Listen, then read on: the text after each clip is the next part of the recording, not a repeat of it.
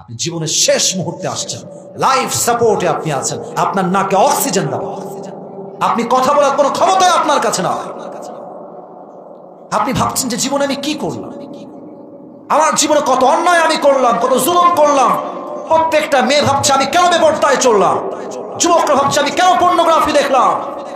সব স্মরণ হচ্ছে সে সময়। হঠাৎ করে দেখছেন একজন মানুষ, যুবক, জানালা দিয়ে আকাশ থেকে নেমে আসছে। গাজীপুরের ভাইরা, জমিন থেকে না আকাশ থেকে? জবাব জোরে চাই, আকাশ থেকে না জমিন থেকে? আকাশ থেকে। আপনি ভাবছেন এটা কে, কই থেকে আসছে? হঠাৎ করে মাথায় আসছে যে মৃত্যুর পূর্বে একজন ফেরেশতা সবার কাছে আসবে। ফেরেশতার নাম কি, কে বলতে পারে? আজরাইল বা মালাকুল মউত। আপনি বুঝে গিয়েছেন আপনার জীবনের শেষ ক্ষণে, শেষ মুহূর্তে আপনি পা রেখে ফেলেছেন। এই মুহূর্তে মানুষের জীবনের মৃত্যু হবে দুই প্রকার। Number one, the death of people, those who perform the salah, and number two is the death of people, those who do not perform the salah. এক হবে নামাজি বান্দার মরণ, আর এক হবে বেনামাজি বান্দার মরণ। নামাজি বান্দা যেই যুবক হবে, নামাজি মুরব্বী যেই যুবক হবে, তার সামনে মালাকুল মউত সাদা ধবধবে যুবকের বেশে আসবে। তার দেহের পোশাক হবে সাদা, গায়ের রং হবে ব্রাইট কালার তথা ফর্সা। তার চেহারাতে দাড়ি থাকবে চাপ দাড়ি লম্বা।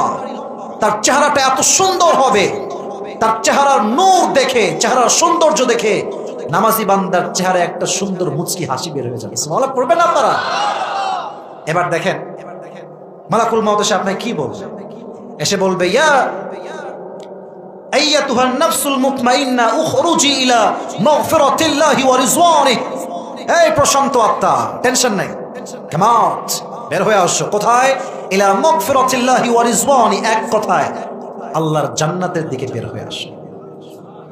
সুবহানাল্লাহর আওয়াজটা গাজীপুরের মনে হয় নাই? একটু মন খুলে পেছনের সামনে সবাই পড়তে পারলেন না? সুবহানাল্লাহ। বের হয়ে আসো আল্লাহ সন্তুষ্টির দিকে, রুহটা বের হয়ে আসবে। আচ্ছা, এটা আমার হাতে কি? একটু জোরে বলেন, এর নাম কি? আচ্ছা, টিস্যু কি এটা? দেখেন তো, গোল না চার কোনা? চার কোনা। হাদিস বলবো তো, তাই একটু এক্সাম্পল দিলাম। কাফাম মিন আকফানিল জান্নাহ ওয়া হানুত মিন হানুতিল জান্নাহ। নামাজি বান্দার রূহকে রিসিভ করবার জন্য আল্লাহ তাআলা জান্নাত থেকে মালাকুল মউতকে দিয়ে একটা রেশমি রুমালের কাপড় দুনিয়াতে জান্নাত থেকে পাঠাই দিবেন। সুবহানাল্লাহ পড়বেন না? কতটা স্পেশাল রূহ আপনার, because you are the man who perform the সালাহ। আপনি একজন নামাজি মানুষ। এবার আসেন, নাও we will talk about the people those who do not perform the salah. এখন জানবো তাদের কথা, বেনামাজি হবে তাদের মৃত্যু কেমন ভয়ঙ্কর হবে। বেনামাজি বান্দার সামনে যখন মালাকুল মউত দাঁড়াবে, তার চেহারার রং হবে নীল, দেহের পোশাক হবে কালো, তার পা থাকবে জমিনে, মাথা থাকবে আকাশ বরাবর, বিশাল লম্বা একটা দেহ। তার এই লম্বা মারাত্মক ভয়ঙ্কর ডেঞ্জারাস লুক দেখে বেনামাজি মুরব্বী যুবক, তার দেহের প্রত্যেকটা অঙ্গ প্রত্যঙ্গ থর থর থর থর করে কাঁপবে। ডানে বামে সামনে পেছনে বারবার পালাতে চাইবে। মালাকুল মউত বলবে, ইয়া আইয়াতুহান নাফসুল খাবিথা উখরুজি ইলা গাদাবিল্লাহ। এই বেনামাজি বান্দা, পালাবি কোথায়? বের হয়ে আয়, আল্লাহর জাহান্নামের দিকে বের হয়ে আয়। বাট এই রূহটা বের হতে চাইবে। একবার বামে, ডানে, পেছনে, সামনে বারবার পালাবে। এবার আমার বাম হাত দেখেন গাজীপুরের ভাইরা, আপনাদের পরিবেশ অত্যন্ত সুন্দর, কেউ ডান বাম হবেন না। আমি চাই এখন যেমন আছেন দোয়া পর্যন্ত তেমনই চুপচাপ বসে থাকবেন। রাজি আছেন তো ইনশাআল্লাহ? আর একজন মানুষদের মাঝে উঠে যান, আমি কাউন্টার দিব, আমি কাউন্টার দিব, বসায় দিব। আর যদি আপনার পাশে কেউ উঠে যায়, ওকে হাত ধরে টেনে বসায় দিতে হবে। ঠিক না বলো যুবক ভাইরা?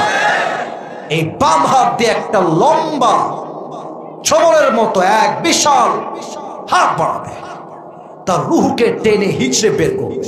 হাদিসে এসেছে, একটা জীবিত ছাগলকে যাবেহ না করে তার চামড়া যদি কেউ টেনে হিচড়ে এমনি ছিঁড়ে ফেলে চাকু দিয়ে, ব্লেড দিয়ে, ওই ছাগলটার যেই পরিমাণ কষ্ট হয়, তার চাইতে কমসে কম 70 গুণ বেশি কষ্ট দিয়ে বেনামাজি বান্দার রূহটাকে কবজ করবে। সকলে বলেন নাউজুবিল্লাহ। আচ্ছা বলেন তো, এই মৃত্যুর কষ্ট গাজীপুরের ভাইরা আমরা কি সহ্য করতে পারবো? মুরব্বীরা, যুবকরা বলেন না, পারবো? পারবো? তোরা নামাজ কেন পড়ে না? কেন পড়েন? এখানে অনেক যুবক ডানে বামে আছে, বেশিরভাগ যুবক আজান হয় মসজিদে, ও মোড়ে মোড়ে দাঁড়িয়ে পাবজি এবং ফ্রি ফায়ার খেলে বেড়ায়। আজান হচ্ছে মসজিদে, জুমার আজান, যুবকরা পাঞ্জাবি পরে বের হয়েছে বাসাতে জুমা পড়ার জন্য, জুমা পড়া বাদ দিয়ে টিকটক করে বেড়াচ্ছে। আমার কথা কি অবাস্তব না বাস্তব? আপনি নামাজ পড়েন না কেন? কি সমস্যা আমাকে বলেন শুনি, কেন পড়েন না? আপনি কবে ফজরের নামাজ জামাতের সাথে পড়েছেন এটা আপনাকে হিসাব করে বের করতে হবে। কত মারাত্মক হবে বেনামাজির মৃত্যু, ভাবেন, আপনি কল্পনা করেন।